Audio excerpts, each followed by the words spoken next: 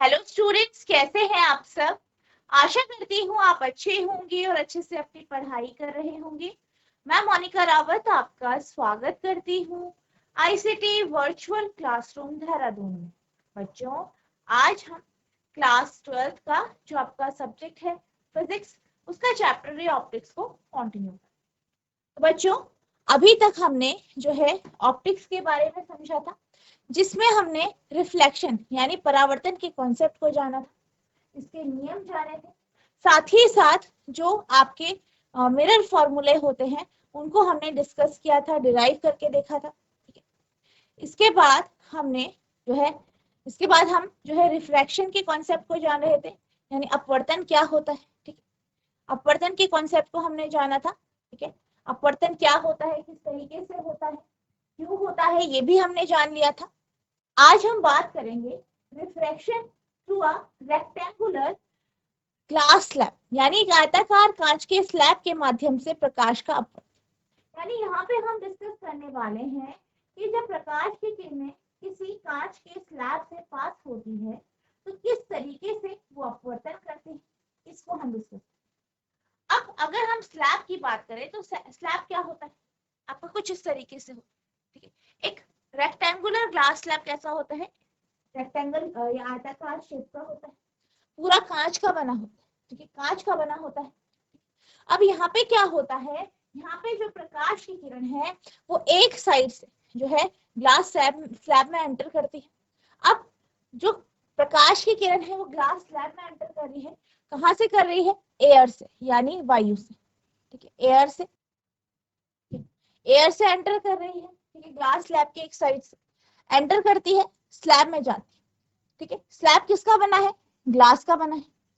अब आपने ये पढ़ा है कि जब भी प्रकाश की किरण एक माध्यम से दूसरे माध्यम की ओर जाती है तो ये देखा गया है कि जो प्रकाश की किरण है वो अपने पथ से थोड़ा सा मुड़ जाती है। तो यहाँ पर भी जब किरण जो है इस बिंदु, मान लीजिए बिंदु है एम, ठीक है, एम में एंटर करती है तो क्या होगी, ये थोड़ा सा नॉर्मल की तरफ मूव कर जाएगी, थोड़ा सा नॉर्मल की तरफ मूव करेगी, फिर ये इससे चलेगी और फिर क्या होगा, फिर ये जब ग्लास से बाहर निकलेगी, ठीक है, ग्लास से बाहर निकलेगी, एयर में जाएगी, तो आप देख सकते हैं कि माध्यम में बदलाव आ रहा है, मीडियम में बदलाव आ रहा है। इसके कारण प्रकाश की किरण फिर मुड़ जाए और इस समय जो है नॉर्मल से दूर मुड़। अब इसके बारे में हमने पिछले लेक्चर में पढ़ा था कि जब भी किरण किसी रेयरर मीडियम यानी विरल माध्यम से सघन माध्यम में जाती है तो क्या होता है, किरण जो है वो नॉर्मल की तरफ मुड़ जाए। फिर अगर वो किसी सघन माध्यम से विरल माध्यम की तरफ जाएगी तो क्या होगा, वो अपने पथ से मुड़ जाएगी या नॉर्मल से दूर चलेगी। तो इस तरीके से आपका जो है यहाँ पे जो आपका प्रकाश की किरण है उसका पथ होगा। अब हम क्या करते हैं, जो इस किरण का प्रारंभिक पाथ है उसको अगर हम सीधा, मतलब बगैर डेविएशन की एकदम सीधा खींचे तो ये आपको यहाँ पे जो आपकी किरण का पथ है, जो वास्तविक पथ है, और जो अपवर्तन के बाद जो पथ मिला उसके बीच के डिफरेंस को हम डेल मान लेते हैं। क्या मान लेते हैं, डेल मान लेते हैं। और ठीक है, और हम क्या करते हैं कि ये जो एंगल है इसको एंगल I1 मान लेते हैं, और जो आपका ये वाला एंगल है यानी वो एंगल जो नॉर्मल और रिफ्लेक्टेड रे के बीच में बन रहा है उसे हम R1 मान, क्या मान लेते हैं, R1।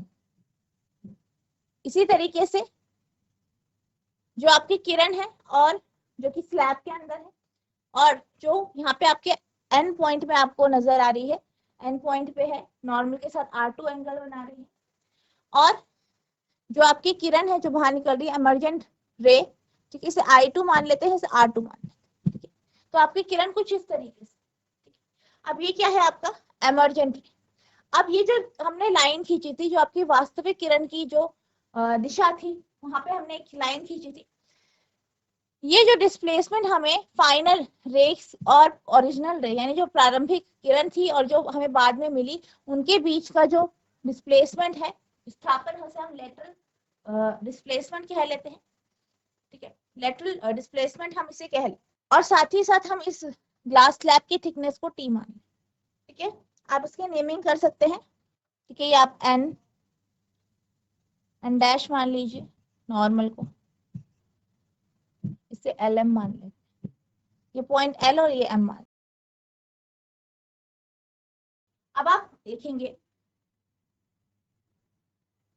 Let us consider a glass slab of thickness T। मान लीजिए कि कांच के स्लैब की चौड़ाई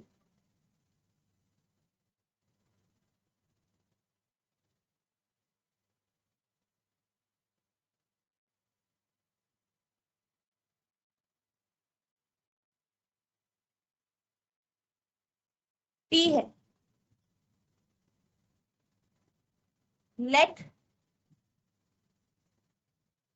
at point L the ray enters the slab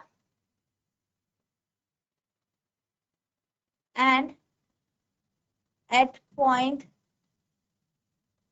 M leaves the slab।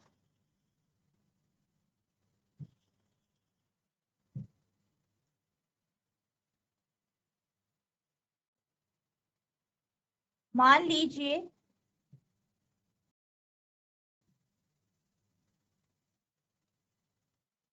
बिंदु L पर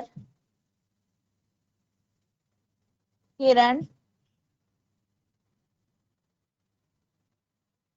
स्लैब में जाती है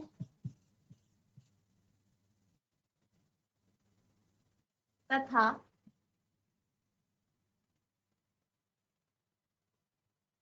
बिंदु M पर या M से बाहर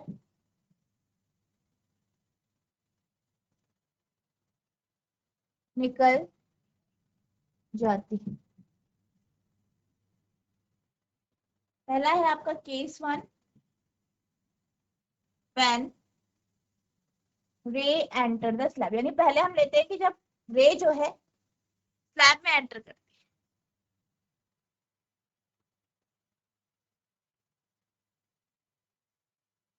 जब किरण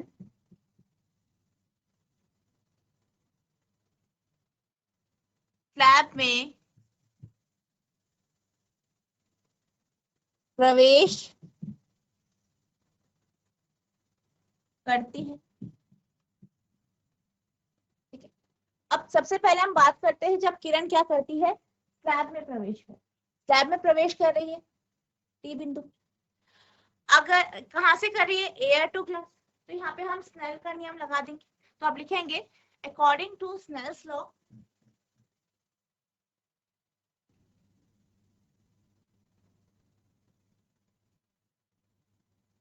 यानी स्नेल के नियम के अनुसार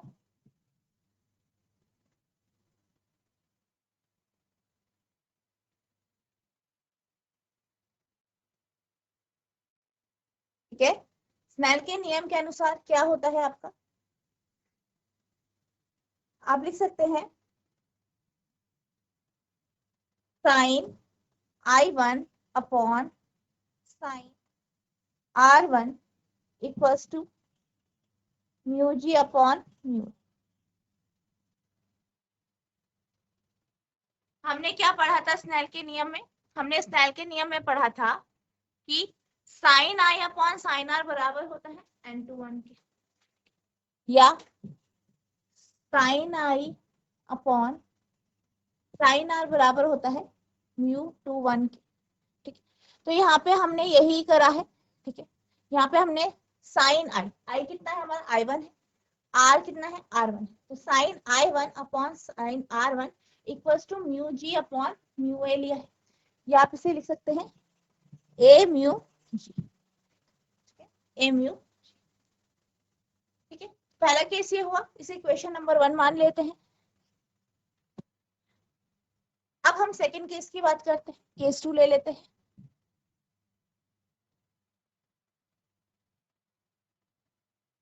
केस 2 लेंगे, व्हेन रे,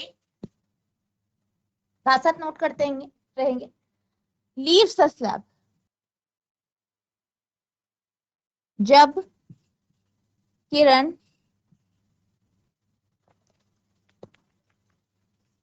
स्लैब से बाहर चली जाती,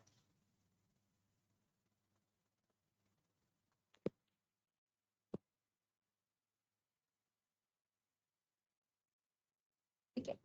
तो इस केस में हम फिर स्नेल लॉ लगाएंगे। अब स्नेल के नियम के अकॉर्डिंग क्या आएगा, sine I2 upon sine R2 equals to mu A upon mu G. ठीक है, म्यू ए क्या है, अपवर्तनांक है वायु का, जी क्या है, अपवर्तनांक है आपके ग्लास का। ठीक है, तो यहाँ पे हो जाएगा, आप लिखेंगे अकॉर्डिंग टू स्नेल्स लॉ, यानी स्नेल के नियम के अनुसार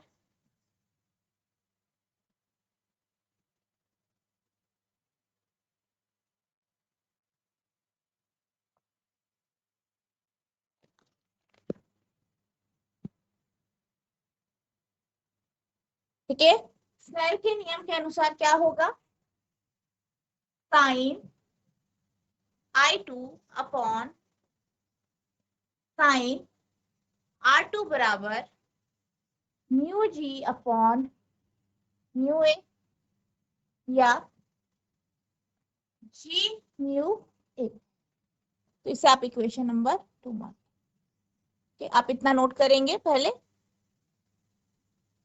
ठीक है, आई होप आपने इसे नोट कर लिया होगा। अब हम चलते हैं अगला अगला पॉइंट जो है, हम मान लेते हैं, हम ये मानते हैं, इसको आप रिवर्स करेंगे। ठीक है, कि जो आपका किरण है वो अपना पाथ रिट्रेस करिए, मतलब वापस उसी पथ से जा रही है। मान लेते हैं हमारे पास एक दर्पण है, क्योंकि यहाँ पे लगाया गया है, यहाँ पे आपका क्या है, एक दर्पण है। अब ये किरण इस तरीके से जाएगी, तो यहाँ पे क्या हो जाएगा, इस केस को हम फिर से देख सकते हैं, जब आपकी किरण एयर से ग्लास की तरफ जाए। हमने क्या किया, यहाँ पे एक दर्पण लगा। ठीक है, तो आप लिखेंगे let a mirror be placed at the path of रे।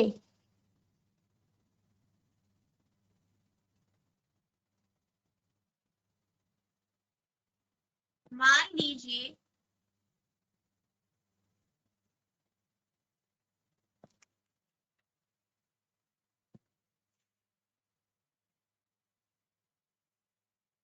किरण के पथ पर दर्पण को रखा जाता है,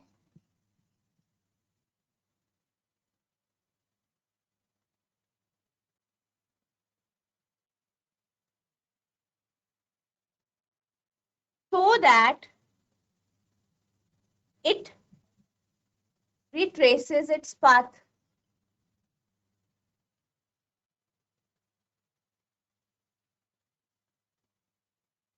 ताकि वह अपने पथ को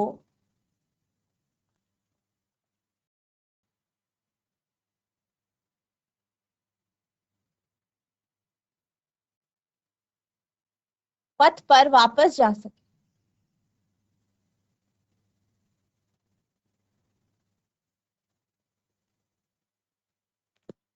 अब इसके कारण क्या होता है, आपकी जो किरण है वो जो है एयर से ग्लास की ओर जाए। ठीक है, तो यहाँ पे हम क्या करेंगे, फिर से स्नेल्स लॉ लगा देंगे। तो आप लिखेंगे now applying Snell's law,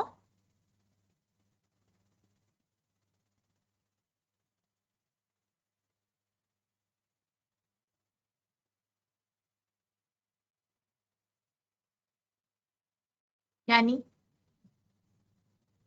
snail के नियम के अनुसार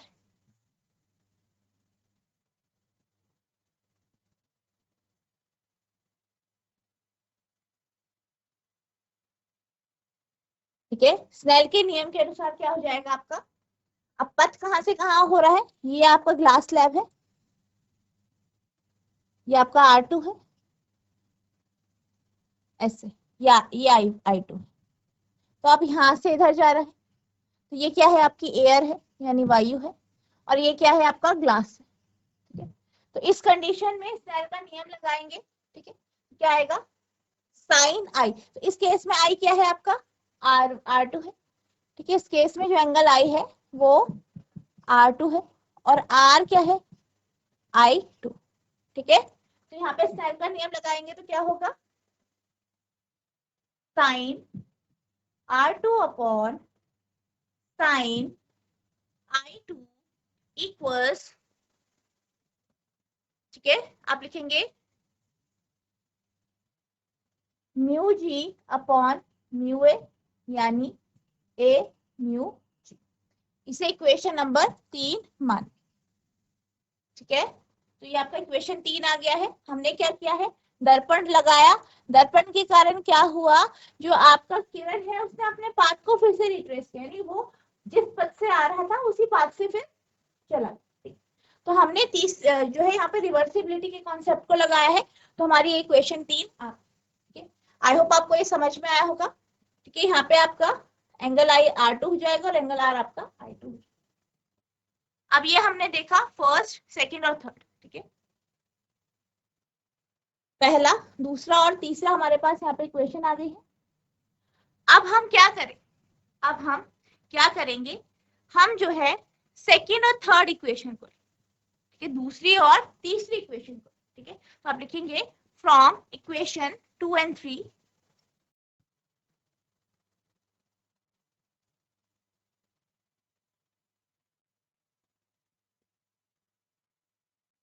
यानी दूसरे और तीसरे समीकरण के अनुसार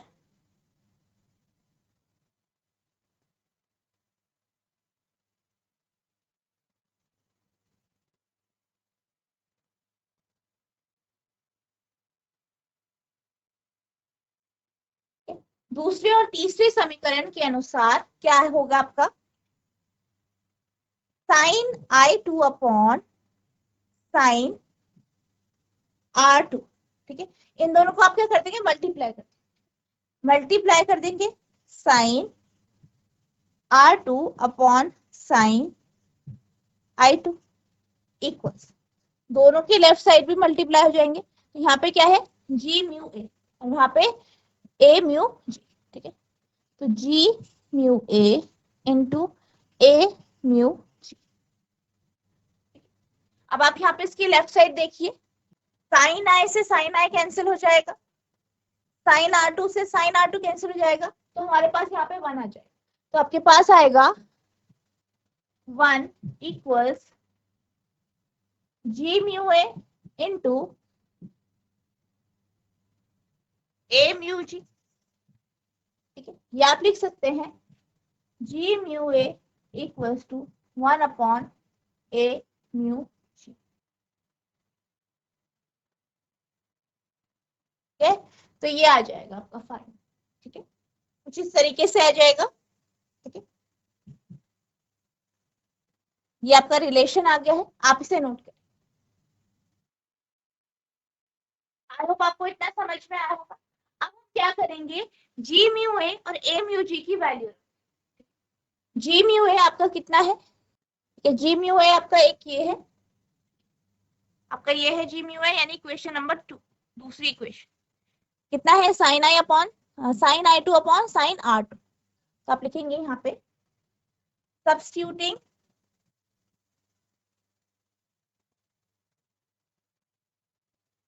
values of G mu A and A mu G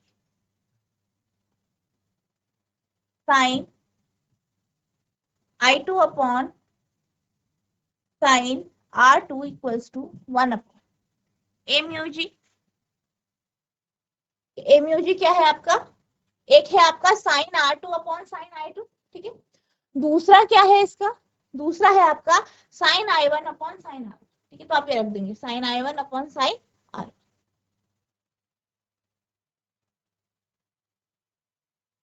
ठीक है। तो ये आपका इस तरीके से होगा, तो आप इसे लिख सकते हैं sin I2 upon sin R2 equals to sin R1 upon sin I1, तो ये आपका इस तरीके से आ जाएगा। अब आप इसको किस तरीके से लिख सकते हैं? आप इसको इस तरीके से लिख सकते हैं कि I2 बराबर R1, ठीक है। I2 बराबर आपका R1 आ जाएगा और I1 बराबर R2, ठीक है। तो आपका जाएगा I2 बराबर R1 और आ जाएगा आपका R2 बराबर I1, या आ जाएगा आपका I2 बराबर R1 एंड I1 बराबर R2, ठीक है। ये आ जाएगा इस तरीके से, आपका ये आ जाएगा, ठीक है। आप इसे नोट करें। अब हम बात करेंगे लेटरल डिस्पर्सन की, ठीक है, लेटरल डिस्प्लेसमेंट, ठीक है। तो इस केस में हम दो ट्राइंगल लेंगे, यानी यहाँ पे हमें डेल की वैल्यू निकालनी है। दो ट्राइंगल लेंगे, कौन कौन से ट्राइंगल होंगे आपके, ये देख ले। इसको आप एक्सटेंड कर सकते हैं, और एक ये ट्राइंगल, ये वाला ट्राइंगल, ठीक है।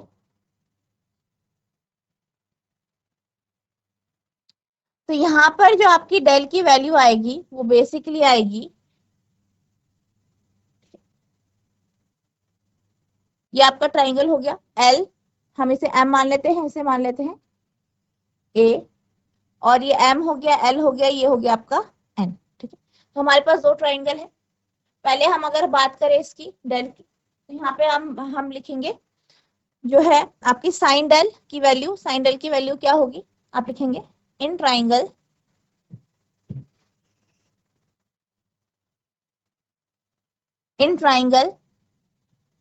ये वाला L M N, L M N,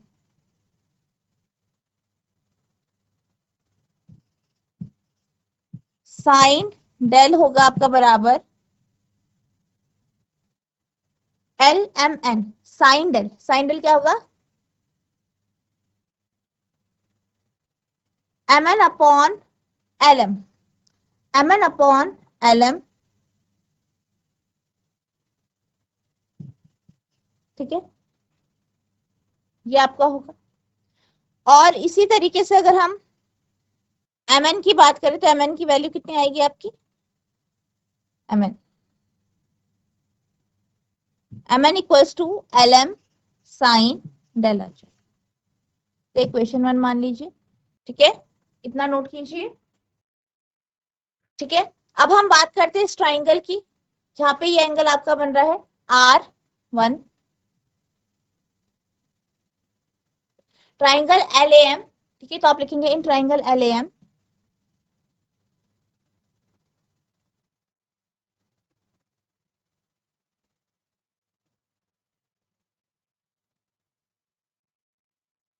sign R1 बराबर, साइन R1 की वैल्यू क्या होगी, साइन R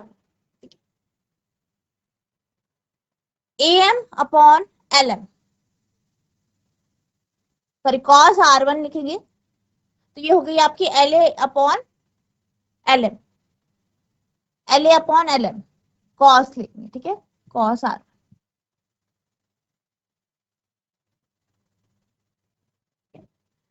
तो यहाँ पे आपका LA अपॉन LM आ गया है। अब यहाँ पे अगर हम LA की बात करें तो LA क्या बता रहा है, थिकनेस, LA क्या है आपका, थिकनेस है, तो आप इस LA की जगह T लिख देंगे, ठीक है। तो आपके पास जाएगा cos r1 equals to t upon lm, या आप लिख सकते हैं lm equals to t upon cos r1। ठीक है, ये लिखते हैं। अब ये आपकी इक्वेशन नंबर हो गई, इसे हमने यहाँ पे फर्स्ट इक्वेशन माना, तो ये आपकी सेकेंड इक्वेशन होगी। ठीक है, नोट कर। अब यहाँ पे भी आपके पास lm है, ठीक है, तो यहाँ पे आप lm की वैल्यू रख देंगे, तो होगा आपका यहाँ पे सब्स्टिट्यूटिंग 2 in 1, तो हमारे पास आ जाएगा mn equals to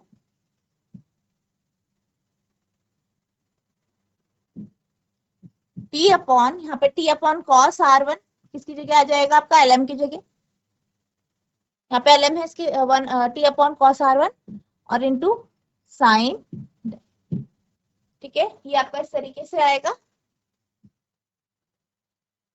mn equals to t upon cos r1, ठीक है, साइन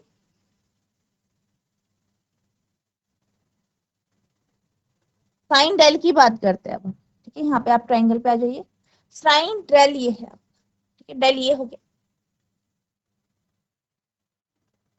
ये आपका डेल है। ठीक है, अब ये आपकी इधर से जा रही है एक रे, जो हमने ये ली है, एक ये है, तो ये दोनों क्या हो गया आपके वर्टिकली ऑपोजिट एंगल हो गए। ठीक है, यानी I1 equals to R1 plus del हो जाएगा।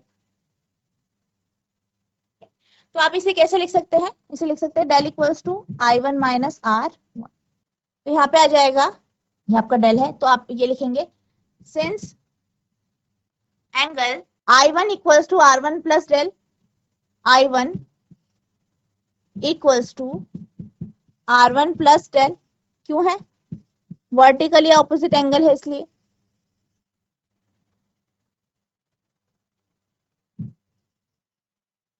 तो क्या होगा आपका डेल इक्वल्स टू हो जाएगा I1 माइनस R, तो इसे लिख देंगे यहाँ पे, तो mn हो जाएगा आपका equals to t upon cos r1 sine I1 minus R1।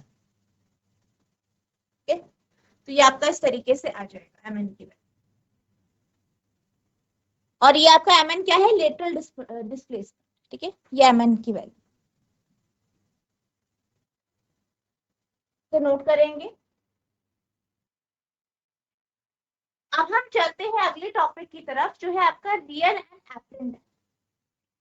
Real और एपरेंट डेप्थ यानी वास्तविक और जो है आभासी गहराई।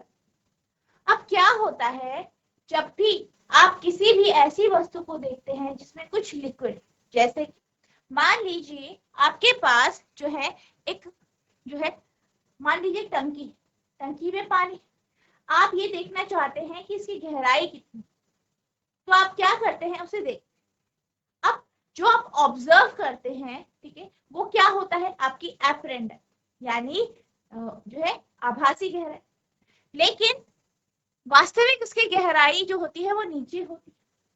अब ऐसा क्यों होता है, ऐसा रिफ्रैक्शन यानी अपवर्तन के कारण, तो किसके कारण होता है, अपवर्तन, ठीक है, अपवर्तन के कारण, रिफ्रैक्शन के कारण ऐसा होता है। ऐसा क्यों होता है, अब जैसे कि हम जानते हैं कि जब भी हम किसी भी वस्तु को देखते हैं, या हम किसी भी वस्तु को क्यों देख पाते हैं, क्योंकि उस पर किरण पड़ती है, रेज पड़ती है, वो रेज उससे रिफ्लेक्ट होके हमारी आंखों तक पहुंचती है। यहाँ पर भी क्या होता है कि जो आपकी टंकी है, पानी की टंकी है, उसमें क्या होता है, लाइट रेज पड़ रही है, देख सकते हैं, लाइट रेज ऐसे ऐसे पड़ती है, उसके अंदर जाती है। अब जब वो रेज जो है अंदर से बाहर आती है, तो क्या होता है, जब हम उसे देख रहे होते हैं या अंदर से बाहर आती हैं, तो मान लीजिए ये पॉइंट है, ये बिंदु है, जो कि क्या है, गहराई। अब यहाँ से किरण क्या हुई, रिफ्लेक्ट हुई, तो पहले किसमें चल रही है किरण, पानी में यानी वाटर में, ये जो भी लिक्विड है, फिर क्या हुआ, वो बाहर एयर में आ, ठीक है, तो क्या हो जाएगा, वो अपने पथ से मुड़ जाएगी, ठीक है, पथ से मुड़ जाएगी, रिफ्रैक्शन के कारण क्या होगा, हमें ऐसा लगेगा कि जो किरणें हैं वो नीचे से नहीं बल्कि ऊपर ही कहीं से आ रही, और हमें ऐसा महसूस होगा कि जो आपका टंकी है वो ज्यादा गहरी नहीं। ठीक है, अब इस कॉन्सेप्ट को हम नेक्स्ट लेक्चर में डिटेल में डिस्कस करेंगे। आई होप जितना आज आपको पढ़ाया गया है ये आपको समझ में आया होगा। अगर आपको कोई भी डाउट होता है तो नेक्स्ट लेक्चर में आप पूछ सकते हैं। तो बच्चों आज के लिए बस इतना ही, मिलते हैं हम नेक्स्ट सेशन में। तब तक के लिए thank you and have a nice day.